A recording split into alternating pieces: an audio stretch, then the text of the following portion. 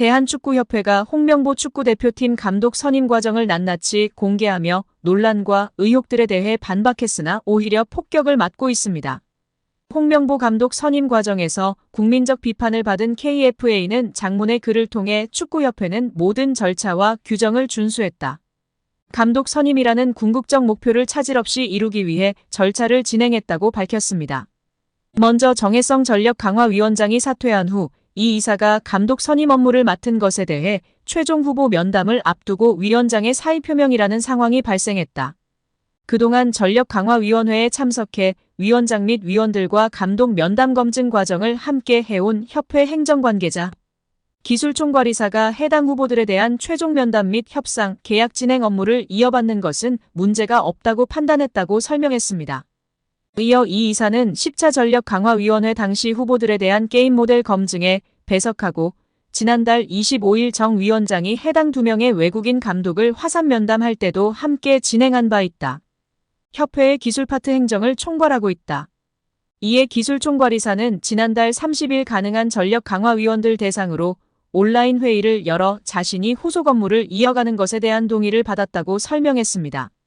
다른 외국인 감독과 달리 홍 감독이 면접을 진행하지 않은 것에 대해서도 설명했는데요. 가장 길고 깊게 설명한 부분입니다.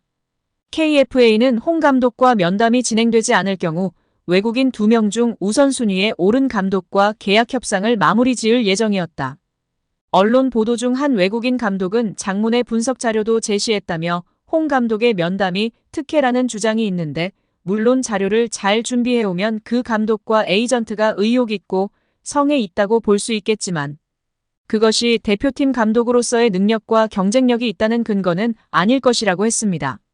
또 홍 감독을 비롯한 국내 감독의 경우 다른 후보들에 비해 PT나 여러 자료를 확인하지 않은 것은 기본적으로 전력강화위원회 1차 회의에서부터 국내 감독들의 경우 플레이 스타일이나 팀을 만들어가는 축구 철학, 경력 등에 대해 대부분 위원들이 너무나 잘 알고 있기 때문이다. 홍 감독의 경우 대표팀, 올림픽 대표팀을 맡은 것은 물론 최근 울산을 4년간 맡으며 K리그 1 2연패 등 울산의 경기를 통해 확인됐다.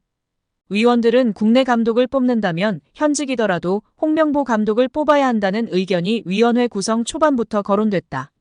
세부적 상황과 관점에서 최종 3명의 장단점이 평가된 것이지 면담 방식이 특혜가 있는 것은 아니다라고 부인했습니다.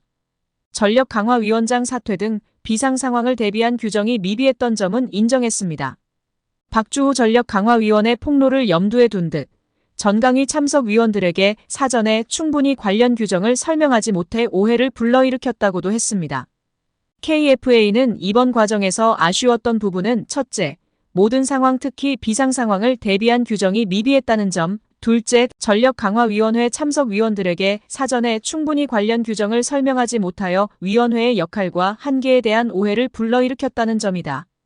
이에 대한 반성과 성찰을 통해 규정을 세밀히 보완하고 차기 전력강화위원회 출범 시에는 위원들에 대한 오리엔테이션을 철저히 시행하고자 한다.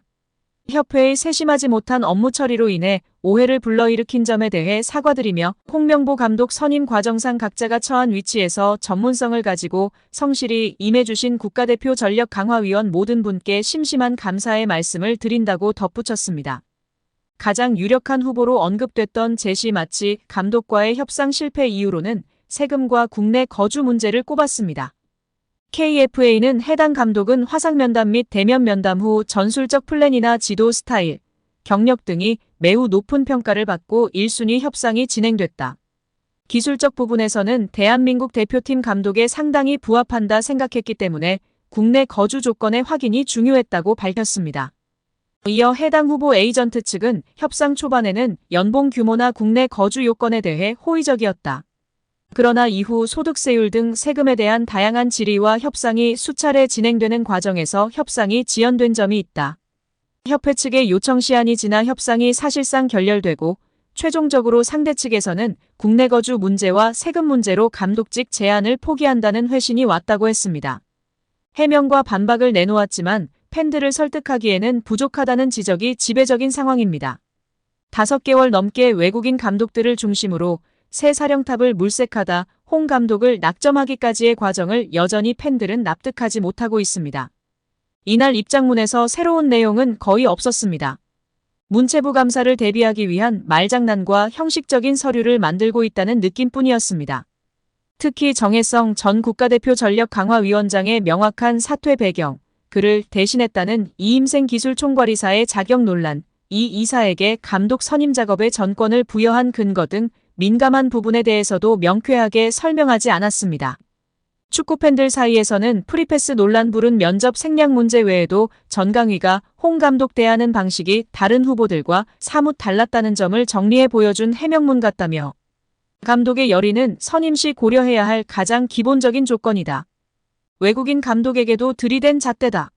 선임 전 의지도 열의도 없는 홍 감독에게 왜 그렇게 매달리고 굳이 그렇게 모셔가야 했냐고 비꼬며 질타하고 있는 상황입니다.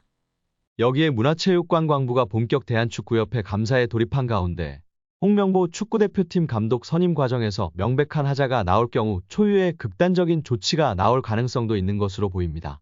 지난 12일부터 본 감사에 돌입한 문체부 관계자는 국내 매체 오생과의 통화에서 홍 감독 선임 과정에서 불거진 논란과 함께 그 절차가 제대로 진행됐는지 중점적으로 살펴볼 것이라고 밝히면서도 명백한 하자가 있을 경우에는 극단적인 조치가 나올 수도 있다고 밝혔습니다. 이 관계자는 극단적인 조치에 대해 대표팀 감독 선임을 원천적으로 무효화하는 것을 말한다고 설명했습니다.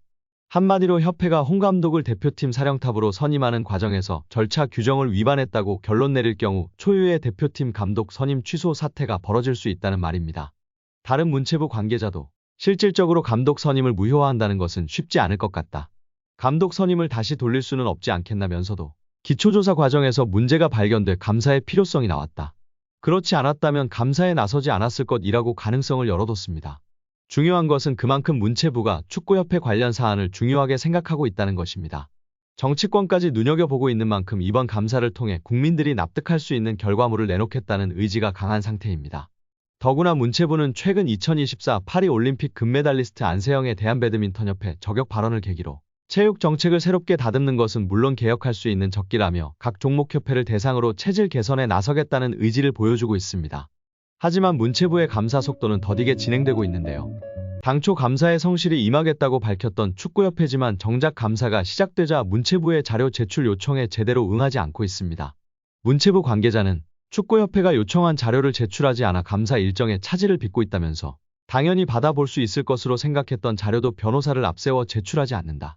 적극 협조한다는 말이 무색하다고 지적했습니다. 문체부는 위르겐 클린스만 감독, 홍명보 감독과의 계약서 내용에 대해 비밀 유지 조항 등의 이유로 자료 제출을 거부하는 것은 어느 정도 이해할 수 있다는 입장입니다. 하지만 영업 비밀 등 각종 이유를 들어 다른 자료도 제대로 받아보지 못하고 있다는 점은 납득하지 못하고 있는 상태입니다. 이 때문에 문체부의 감사 일정에도 차질이 빚어졌는데요. 당초 문체부가 목표한 감사 일정은 8월 말까지였습니다. 하지만 9월로 넘어갈 수밖에 없는 상황이 됐습니다. 문체부 관계자는 미흡하면 9월까지 감사가 이어질 것이라고 강조한 바 있습니다.